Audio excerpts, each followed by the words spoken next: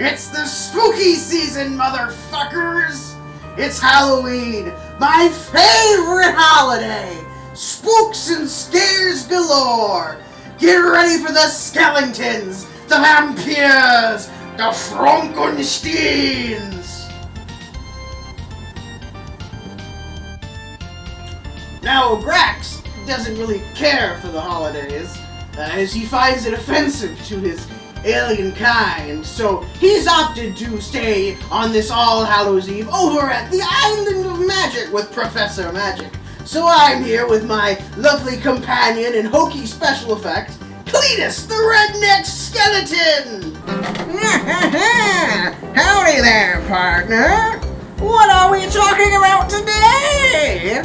Well, Cletus, my skeletal companion, we're gonna be talking about the spookiest, the scariest, the most metal band of all time, Black Sabbath, my favorite band, and we're gonna be ranking all their albums based on the cover, from worst to best. Seriously? That's your big Halloween topic? Don't make me put you back into storage. First on the chopping block is... Ew. Born Again has genuinely one of the ugliest album covers of all time. Even some of the band members hate it.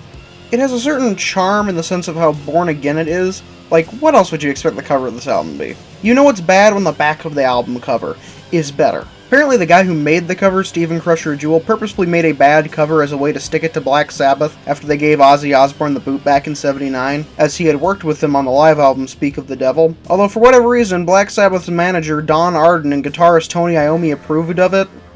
For some reason.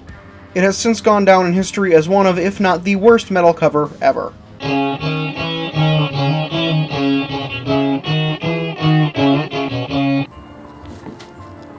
Next we have...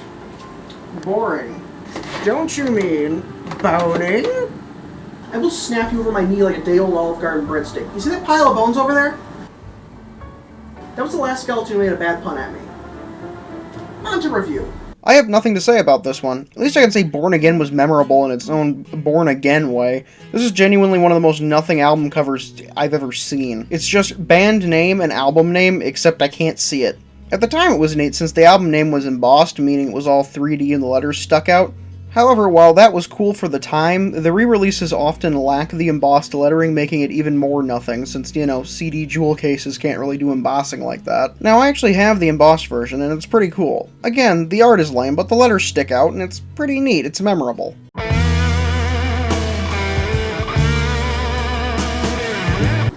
On to the next album. Now, where the fuck is it?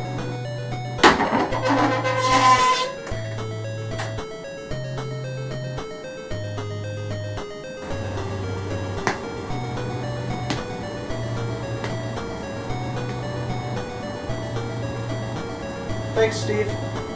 Hey look, the art is evolving. I thought this was a fucking witch for the longest time, but nope. It's just an orange-colored version of a picture of Ozzy from a live show, which makes it lose some of its cool, because it's just, you know, Ozzy. The name is dumb, too. It was originally called Snowblind after the song about cocaine off the album.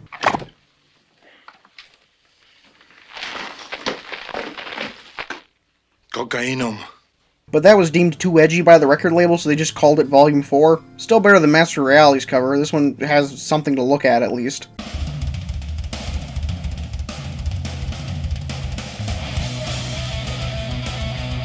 Wow, Cletus, this has been quite the adventure so far. How many albums do we have left to go?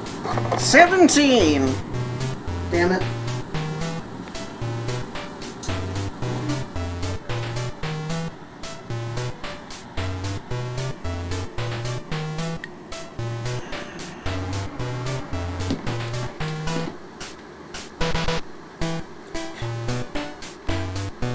Here we have a staple of Black Sabbath, using other people's art as the cover of their albums. Unbeknownst to the band, it had already been used for the single by the Scorpions' Send Me an Angel. This is an okay album cover, but in my opinion is just okay. I truly have nothing to say about it. It's not bad, it's not particularly amazing, it's just fine in my opinion.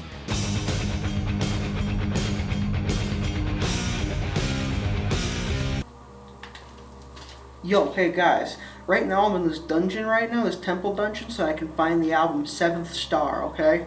But I gotta be careful. This place is booby-trapped. Booby.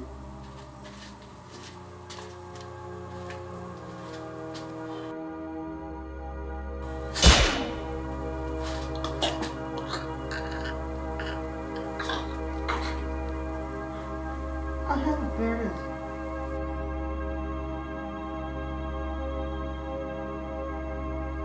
After all that pain, what did I get? Tony Iommi on fucking vacation in the desert.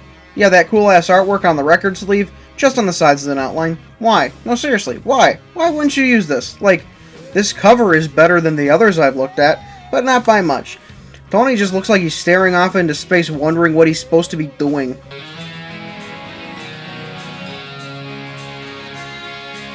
Well, that was a pain in the back. Well, at least you got a souvenir. Don't patronize me.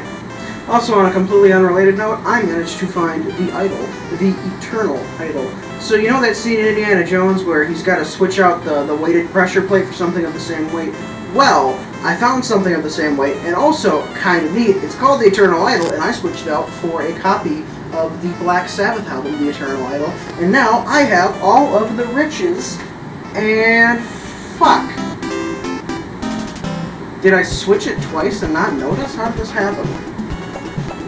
I'm not going back for that idol. That's too much work. This one is neat. It's a recreation of the statue of the same name. It also sent the two people on the cover to the hospital. Turns out the bronze body paint used on them was super toxic and they had no idea. Overall, the art is fine. Good composition.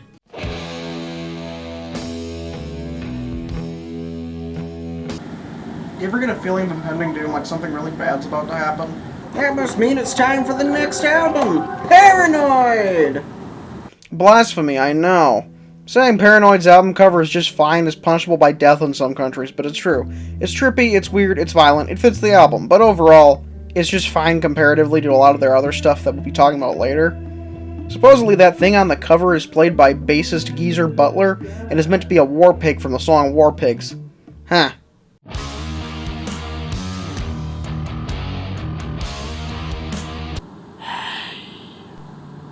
The fuck was that?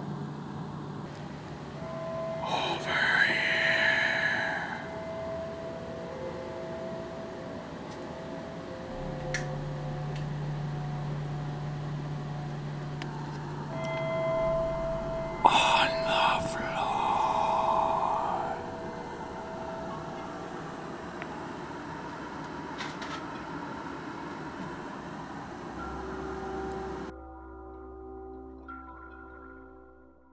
"13" may be a divisive album, but you gotta admit, the artwork is memorable. Now, the record label wanted the album to have 13 tracks on it, as the album was to be called 13 and was to be released in 2013. However, 8 were only ever put on the original pressings of the album. There were eventually 5 other bonus tracks added, but one was a live version of Dirty Women off of Technical Ecstasy. So if you're counting live songs, then technically we did eventually get 13 tracks on the album. But besides the dumb name, this album cover is pretty neat. It's a giant 8-foot-tall burning 13 that was a real thing that was physically built, and you could see it over the fucking hills where they were filming it. Yeah, they got a lot of calls about the giant fire, but the fact that it's just the number 13 kind of detracts a little bit. Like, it's really ominous until you remember there is no point to having this be called 13 besides 13 is an unlucky number, and it was released in 2013. So the 13 tracks thing is only kinda there, since we only got 12 originals and a live song. It's a dumb name with very little meaning, and therefore the artwork has very little meaning, but it still looks really cool, so I'm sticking it here. We just have better stuff going down the line.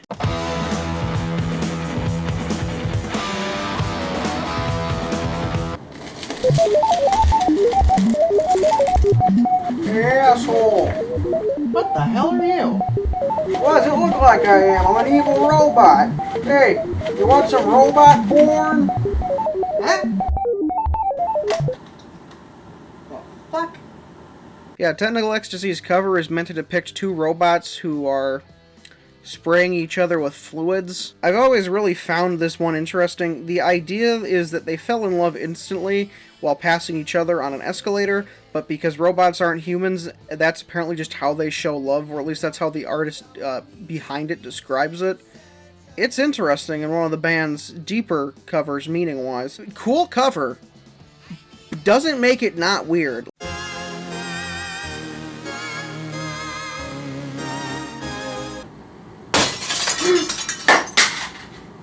Yo, somebody just threw this through my fucking window, dude! Oh, hey, look, the next album. Never Say Die's cover has always intrigued me. It was so odd and colorful with these characters called the Masked Doctors standing in front of a North American T-6 Texan airplane. These colorful fighter pilots are both unsettling and bewildering. I want to know more about them, and the name Masked Doctor is so bizarre. This is the weirdest cover the band ever put out, second only to Technical Ecstasy. I love it.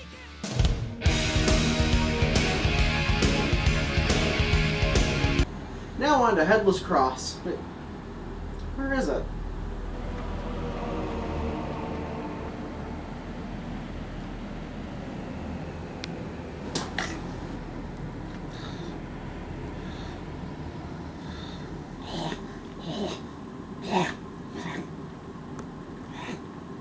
What kind of gremlins bullshit is this? Headless Cross is a good cover. Dare I say a great cover. It's simple and effective. A large gravestone on the front, and the same gravestone broken in half on the back. For whatever reason, when I originally saw this, I thought the rocks were houses with the cross looming over them, but I guess I was wrong. Still a very cool cover. Very well put together. Enough said.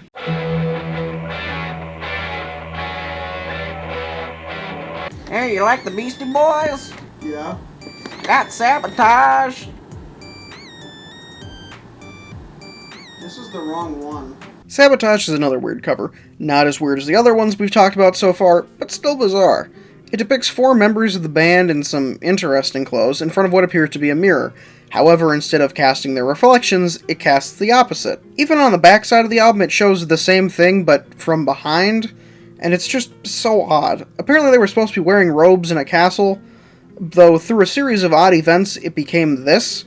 Absolutely iconic, even if rather strange.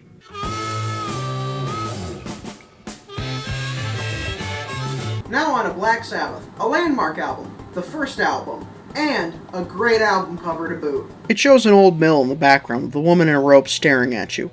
Cold, dead eyes looking into your soul. No one knew who the woman in the photo was until 50 years later when the photographer finally revealed it to be a model by the name of Louisa Livingston. The mystery of the woman perplexed fans for years and only added to the strangeness of the photo. The photo is both beautiful and haunting, with its red leaves and swampy surroundings. A perfectly eerie picture.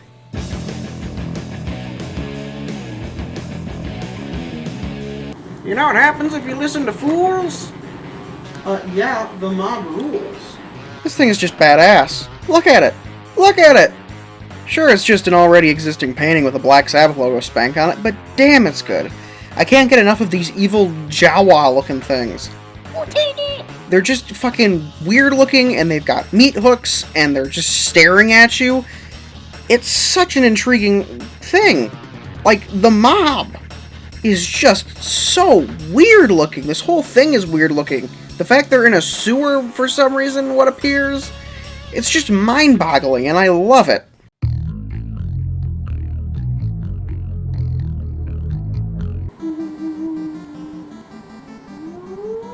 What kind of Beetlejuice bullshit is this?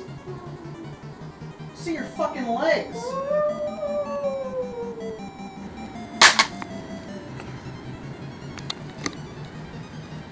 Oh. Oh. This is just scary. Again, already existing art is used, but it's just terrifying. I love it. That's all I have to say. It's dark, it's scary, it's beautiful. Again, it is an already existing painting, but just like Mob Rules, I don't really mind because of how cool it is. I know a lot of people don't count this as a Black Sabbath album since it was made by the band Heaven and Hell, but it is quite literally the exact same members from Mob Rules: Tony Iommi, Geezer Butler, Ronnie James Dio, Vinny Appice, and this is just great.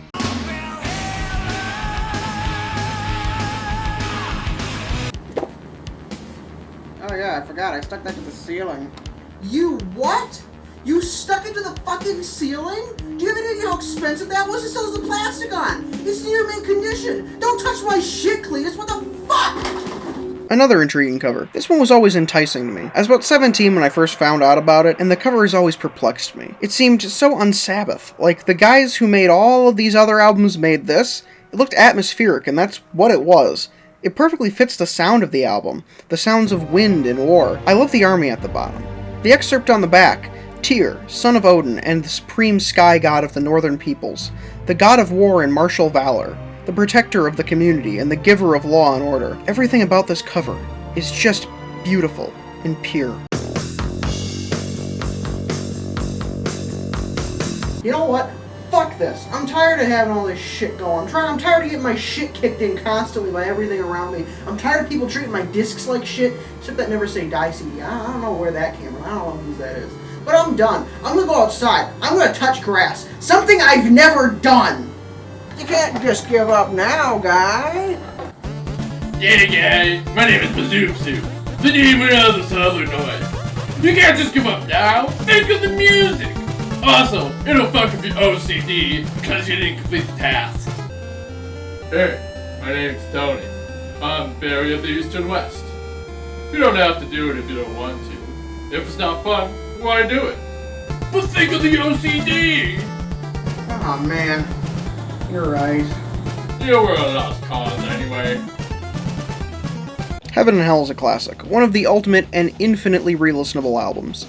The cover is just perfect. It's based on the photo Smoking Angels, which depicts a group of actors in between scenes in angel costumes smoking cigarettes. The version of the album is from a painting by artist Lynn Curley, based on the photo, and shows a group of angels doing the same thing except now they're playing cards as well. It shows both sides of good and evil, that not one thing, no matter how perfect on the surface, is purely good, but also, not one thing is purely evil.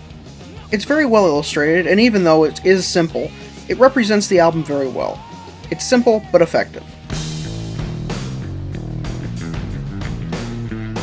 Hey Jack Wagons, you want another album? Ah, nuts. Please no more robot porn. It's not robot porn, it's just computer gods. Wow, just look at this. This is probably the band's most metal album cover. This feels like something straight out of an Iron Maiden album. This is an utterly fantastic piece of art, and is the only Dio album with a wholly original cover. Seriously, Heaven and Hell is a painting based on the Smoking Angels photograph from 1928. Mob Rules is a slightly modified version of the 1974 painting Dream 1 Crucifiers by Greg Hildebrandt, and the Devil You Know's art is a red-tinted version of the painting Satan by Per Oyvind Hagesson. But Dehumanizer is special because it is 100% original and is the coolest overall. While I like the simplicity of Heaven and Hell, this is just simply cooler.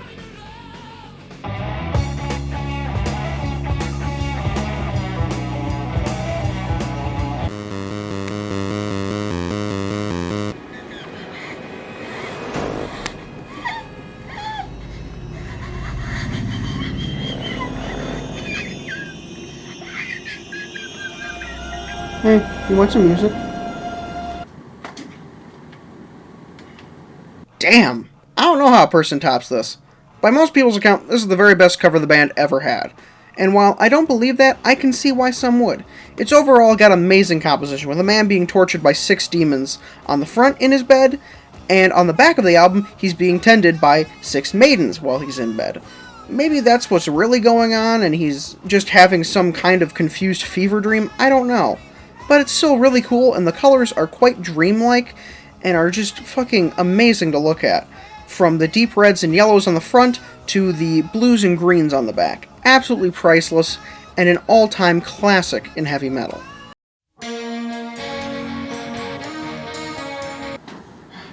Finally, now all we have to do is Forbidden. Yeah, I'm gonna get death threats for this one. It's funny how what for a long time was deemed as the band's worst album has one of the band's best covers. Like, damn, this is some good shit. I think one of the coolest aspects is it's such a large picture. It spreads across both sides of the album, front to back. It is just so detailed. Tons of weird little monsters coming out of the fire with all the members having caricatures. I love Tony Iommi with that giant nose. It's so exaggerated. The Grim Reaper on the front with his scythe. You can even see the dude on the motorcycle from the animated music video for Get a Grip. It's just such a cool piece of art. I would love to have this as a poster someday. Oh my gosh, we're finally done. What's next? Why must you torture me, spirits of the damned? Where are you? What? No scary monster to kill me at the end? What kind of bullshit is this? Where are you? Don't worry, it's only me! No!